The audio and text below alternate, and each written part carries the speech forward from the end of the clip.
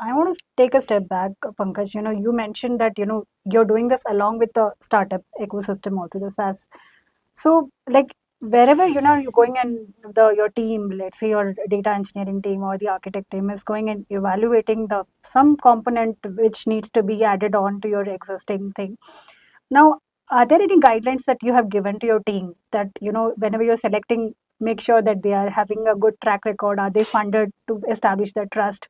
Or if at all they are not funded, are the features of the product, is it aligning to the company's, strategies? So is there any metrics or parameters based on which your team is selecting certain tool, Pankaj? Yeah.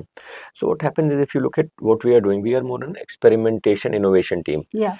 At this stage, when we are doing things, we don't put too many guidelines, because if you saddle the innovation people with too many guidelines, then they are not sort of natural, they are not experimenting. So at that stage, we allow them to work with anyone, because what Okay. will happen? You learn something, even if this has happened. We worked with a startup for 9 months, and then they shut down. But frankly, we don't look at it as a negative, because in that 9 months, we learned something, and we now know what to do next. Versus we Okay. would have felt that, oh, this startup is going to shut down, should we not work with them? Because they were doing something unique, which they didn't find the market, they didn't find the funding, and they shut down. But that doesn't mean we can't learn from them. So I think at the experimentation stage, we don't put too many guidelines. We say just go figure out, use open source, use startups, use whatever. There's no major guideline. But the moment the POC starts to become successful, and then we have to BOT to the business, there you need solid, this thing. So many a times what has happened is, sometimes we have worked with a startup who we felt was not really very sustainable. So we told the business, saying, you know what, we have worked with them. We think there are 2 or 3 things we can do. One, we can look at another alternative who may be, having a similar solution. Two, we also think there is something we can build on our own.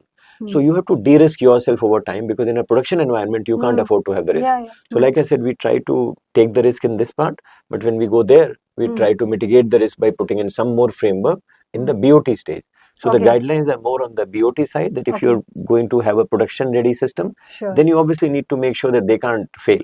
So that is where some of the guidelines we have created for the businesses. And then businesses also, depending on their own risk appetite and what they want to do, they take the right call.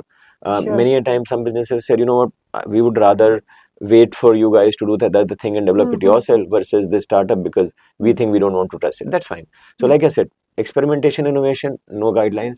Here, a set of guidelines, and guideline really allowing the business to determine how much risk they're willing to take and how to mitigate that.